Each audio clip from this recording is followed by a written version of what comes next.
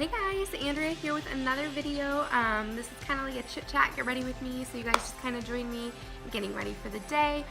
This is how the look turned out, and I'm not mad at it. I guess this is a pretty typical look for me. So if you want to see how I got it and kind of just hang out with me for a little bit, go ahead and just keep watching.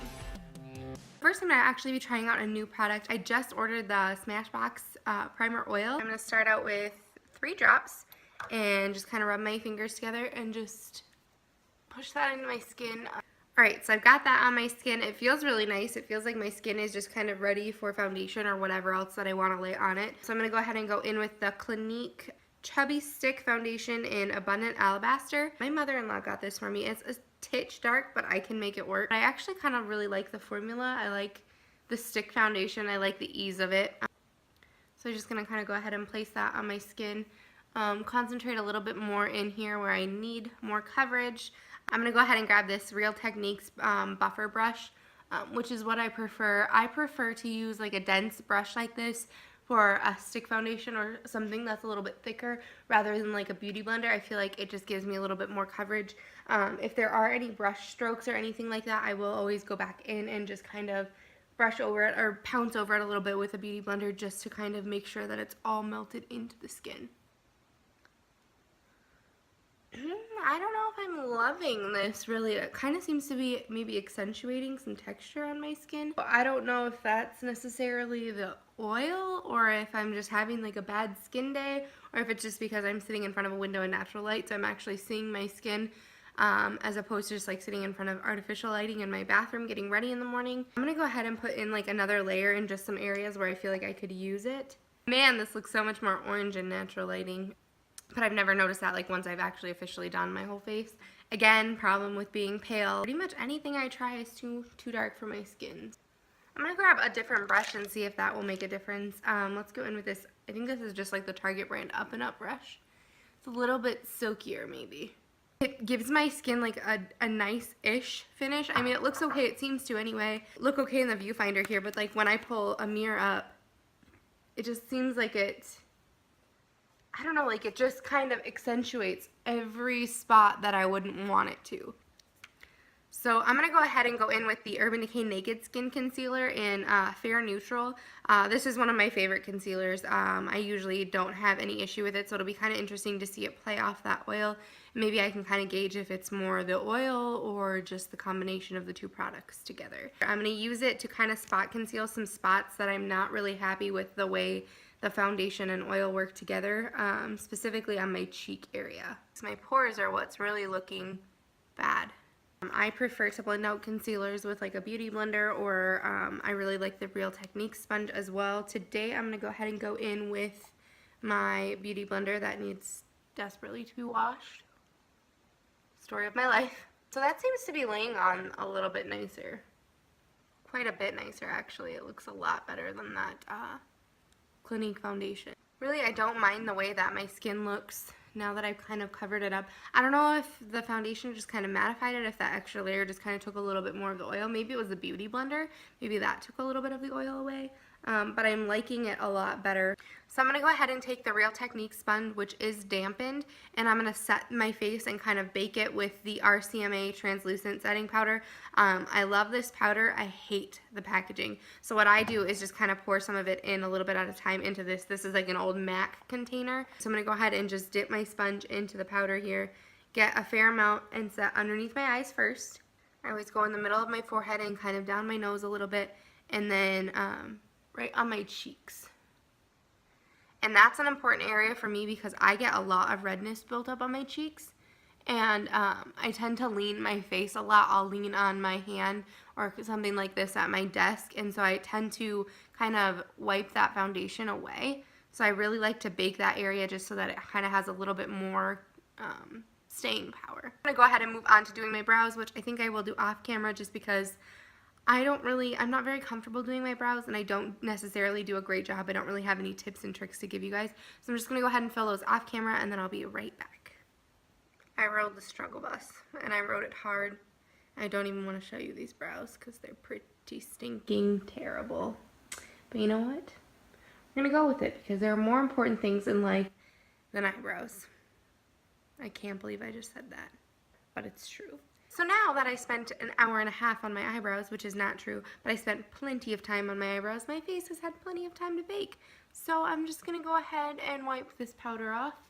So I'm going to go ahead and go in with the Too Faced Chocolate Soleil bronzer and do what I normally do. I'm going to go ahead and take it on this little e.l.f. brush and just really carve out that cheek area, and we will blend that out, but for now we're just kind of laying down a little bit of a harsh line. So I'm going to go ahead and take this brush here and just kind of blend that out a little bit, adding product as I need it. I'm going to take some up onto the temples, across to the other side, and then down on my jawline a little bit. Little down into my neck. I don't really get into heavy contouring, but I will kind of frame my face out a little bit like that every day. So I'm going to go ahead and take this Too Faced Sweethearts blush in Candy Glow.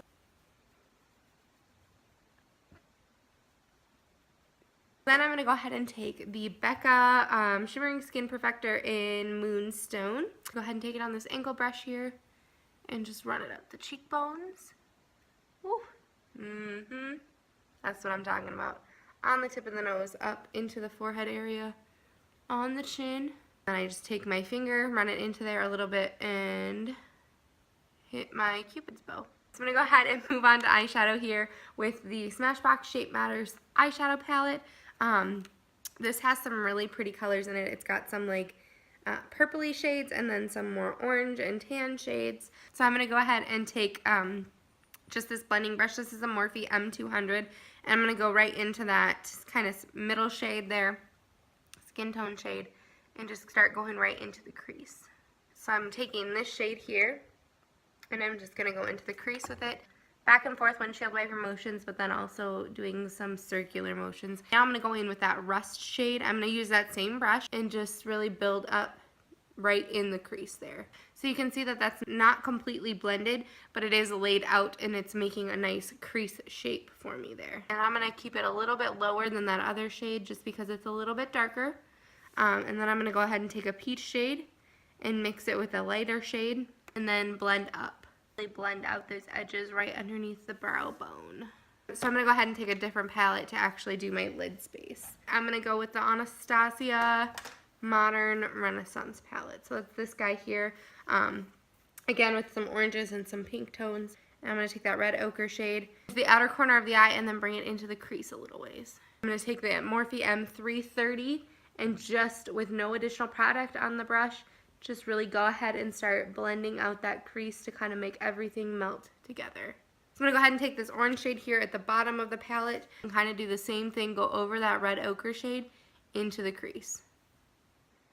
I love layering shades like this. And I'm going to keep this one a little bit less out on the outer corner and a little bit more into the middle of the eye, but still blend it out into that outer V and up into the crease. So then I'm going to go ahead and take this Morphe B18, which is just kind of a pointed brush, and I'm going to dip it into red ochre first and just bring that along the lower lash line. A flat definer brush, and I'm just going to go ahead and run underneath and just really diffuse that color so it's not so harsh. I'm going to take the Primavera shade in the palette here, which is this really shimmery, pretty kind of golden shade. Place it on the inside of your eye where you want the most color, and then just start kind of blending outwards. I just go ahead and take a brush again and just make sure that all of my edges are blended specifically into the crease and then right where the color meets the shimmer. So I'm going to go ahead and take the Tarte Silk Amazonian Clay eyeliner and just go ahead and tightline the upper part of my eye. And then I'm going to go ahead and just take it ever so slightly, just very, very tight into the lash line. Go ahead and take the black shade out of this Smashbox Shape Matters palette. Take it on like a flat definer brush like this and really diffuse that eyeliner. So this is something that I do a lot. I use an eyeshadow. And sometimes I'll just use the shadow without the liner base just to kind of define the eyes. So I'm going to take whatever's left on this black here and just on the very, very outside corners, add a little bit on the lower lash line. I'm going to go ahead and take the Bare Minerals Lash Domination Mascara, which is probably one of my favorites, and do a couple coats on the upper and lower lashes. So you can see that gives me a good amount of volume and lift and length. I'm happy with the way my eyelashes look. I've never really run into an issue with that mascara. It is definitely one of my favorites. I'm going to go ahead and go in with a lip. What is this one? Ooh, that is nude. Might as well try it. I'm going to go ahead and go in with this Rimmel London lipstick in Moisture. It's a Moisture Renew lipstick. That is not the color. First Class Nude is in fact the color. And that is a very nude, but I'm going to go with it.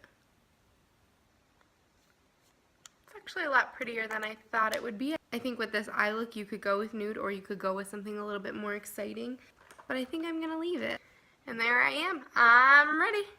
So that's pretty much it for this Get Ready With Me. Thank you guys for joining me. If you like this video, go ahead and hit the subscribe button down below. Like this video, comment down below with anything that you'd like to see, questions, anything like that.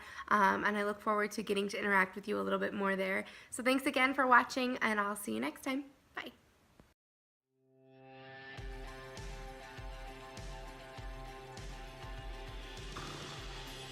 I don't know, I'm just struggling today. Oh, that brow is freaking me out. Yeah, that's my cat on the kitchen counter back there. I have no words. Shape matters. Eyeshadow. Hi, Ruger. You want to be a part of the party? Probably gonna have a pet in every single video I ever film. I'm not mad at it. That's about all I have to say on that subject. Do I want to do a lipstick? Do I want to do a gloss? That's the word I was looking for. Just a little bit blended, no, a lot blended, something that's a lot blended, I